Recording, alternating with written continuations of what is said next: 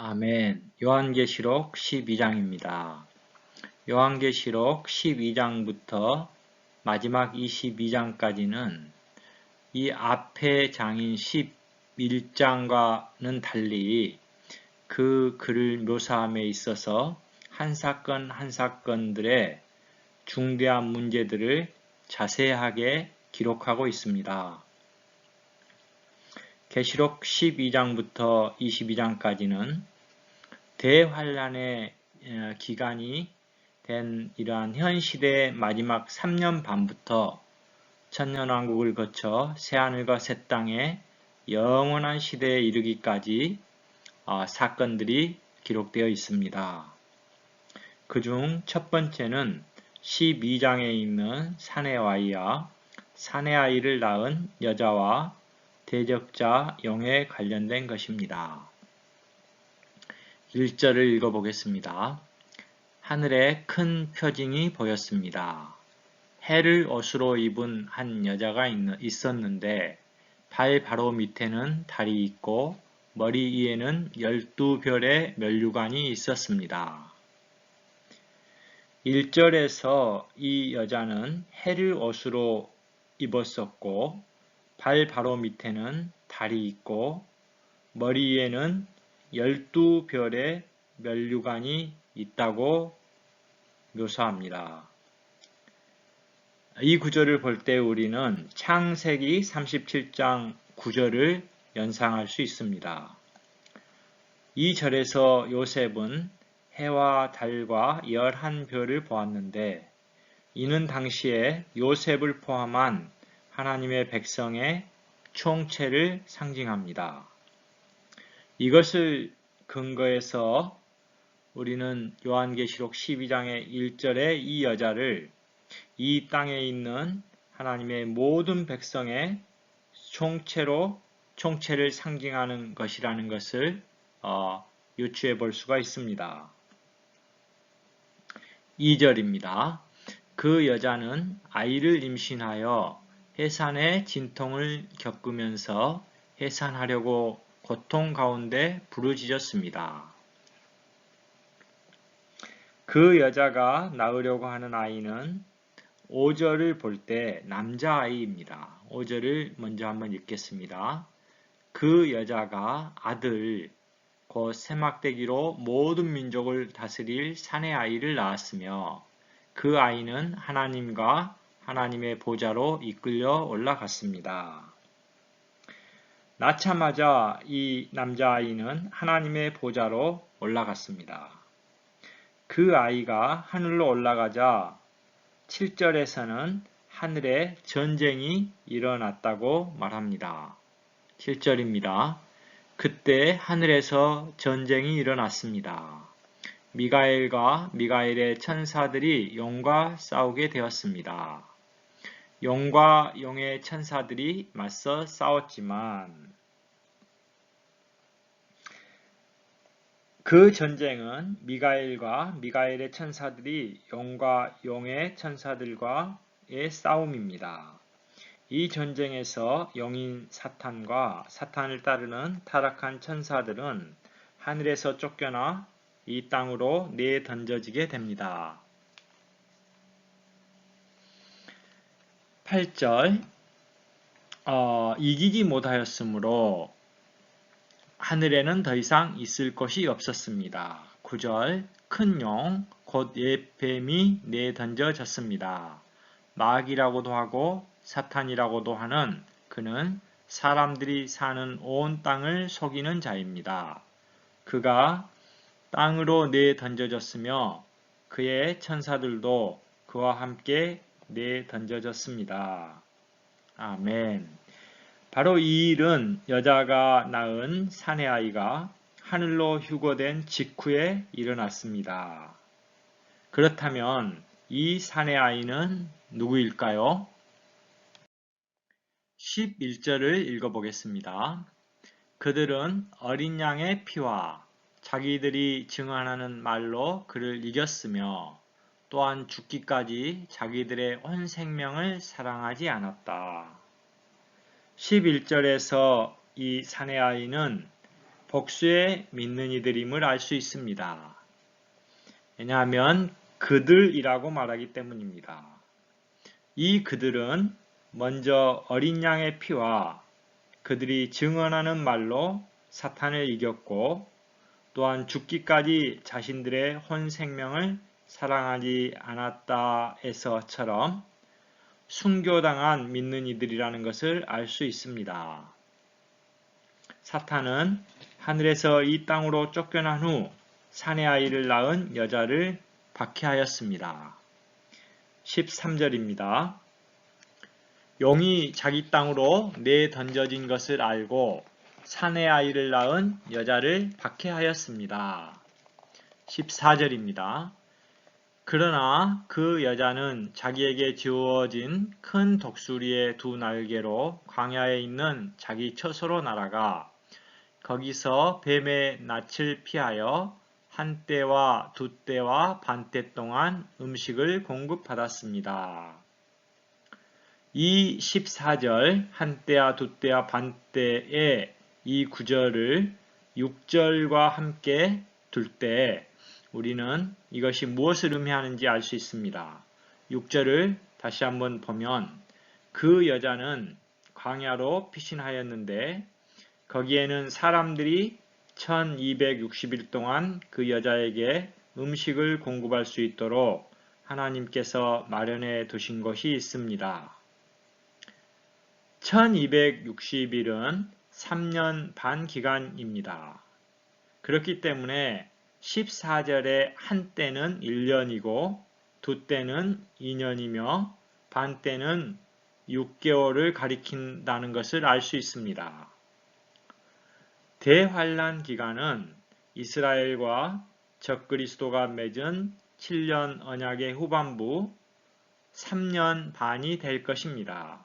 이 표현이 한 때와 두 때와 반 때 또는 42달 그리고 또 여기 6절에 있는 것처럼 1260일이라는 이러한 방식으로 요한계시록에 기록되어 있습니다.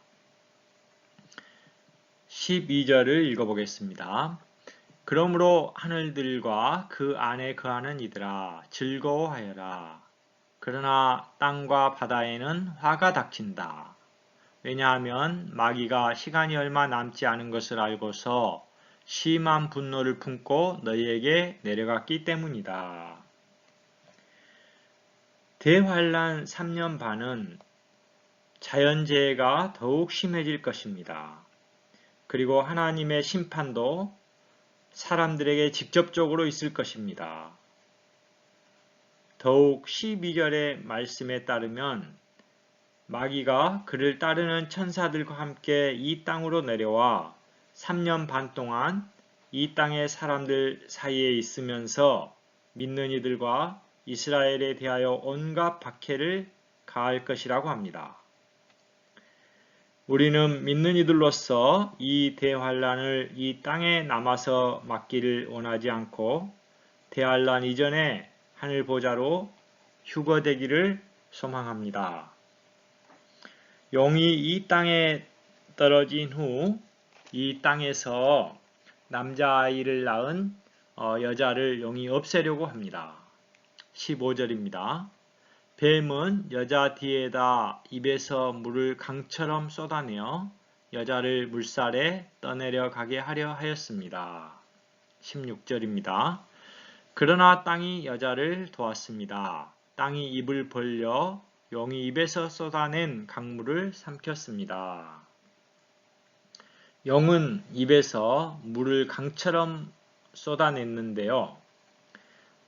이것은 이사야서 8장 7절부터 8절 그리고 17장 12절부터 13절을 읽어본다면 이 용의 입에서 나온 물이 무엇을 가리키는지를 알 수 있습니다. 그것은 사탄에 속한 군대들을 상징합니다. 용은 믿는 이들이 3년 반 동안 양육받고 있는 어떤 곳에 그의 군대를 보내지만 하나님은 땅을 갈라지게 하여 그 군대를 삼켜버리실 것입니다. 이것을 본 용은 여자에게 화가 났고 이 땅에 남아있는 믿는 이들과 하나님의 계명들을 지키고 있는 이스라엘 백성들에 대하여 전쟁을 일으키려고 바다의 모래 위에 서 있었습니다. 17절과 18절은 읽어보겠습니다. 여자에게 화가 난 용은 여자의 씨 가운데 남아있는 사람들, 곧 하나님의 계명들을 지키고 예수님의 증거를 가진 사람들에 대해 전쟁을 일으키려고 나가서 18절 바다의 모래 위에 서 있었습니다.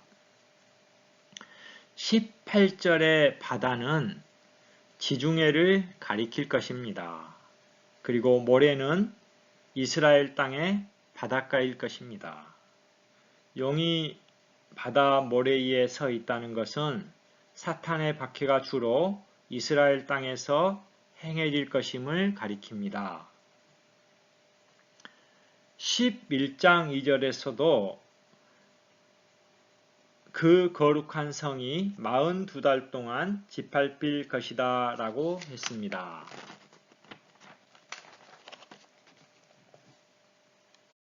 지금까지 12장 내용을 전반적으로 다뤄보았습니다. 몇 구절만 더 보겠습니다. 3절입니다. 하늘에 또 다른 표징이 보였습니다. 크고 붉은 용이 있는데 7머리와 10뿔을 가졌고 머리들 위에는 7 왕관이 있었습니다. 이 3절과 가장 연관된 구절은 다음번에 보게 될 13장 1절입니다. 13장 1절은 이렇게 말합니다. 또 내가 보니 바다에서 한 짐승이 올라오는데 10뿔과 7머리를 가졌고 그의 뿔들에는 10개의 왕관이 있었으며 그의 머리들에는 하나님을 모독하는 이름들이 있었습니다. 12장 3절의 용은 사탄에 대한 설명이지만 13장 1절의 짐승은 적 그리스도에 대한 설명입니다. 이 두 구절에서 사탄과 적 그리스도는 동일한 방식으로 묘사되었습니다. 이 부분은 13장을 다룰 때 자세히 설명드리도록 하겠습니다. 우리가 12장의 내용을 통하여 알 수 있는 사실은 사탄이 주 예수님께 십자가에서 패배당하고 그의 머리가 상하게 되었음에도 불구하고 여전히 하늘에 거하고 있다는 것입니다. 지금도 사탄은 하나님 앞에 나아가 믿는 이들 한 사람 한 사람에 대해 참소하고 있습니다. 그러나 사탄은 더 이상 하늘에 있을 수 없는 날이 있게 될 것입니다. 그날은 점점 가까이 오고 있습니다. 특별히 사내 아이, 남자아이로 상징된 이기는 믿는 이들이 대환란 직전에 하늘 보좌로 휴거될 것입니다. 즉시로 하늘에 전쟁이 있을 것이고 사탄은 쫓겨날 것이며 더 이상 사탄은 하늘에 있을 수 없게 됩니다. 이 사건은 너무나 중요한 사건입니다. 이 사건의 중심은 남자아이의 휴거입니다. 그들은 이 땅에 살 때 어린 양의 피로 사탄을 이겼고 그들의 증거하는 말로 사탄을 이겼으며 기꺼이 주님을 위하여 자신들의 혼 생명을 잃어버린 믿는 이들입니다. 이 땅에 수많은 믿는 이들이 있지만 대다수의 믿는 이들은 세상 사람들과 비슷하게 살아가고 있습니다.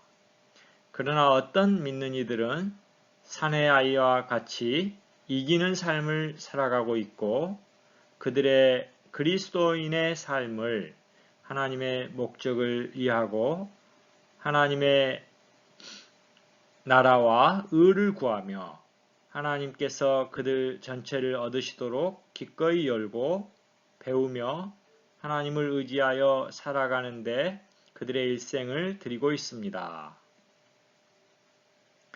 우리 모든 그리스도인들이 이런 자격을 갖출 수 있는 믿는 이들이 되기를 주님께 기도합니다. 주님, 저로 이기는 믿는 이가 되게 하십시오.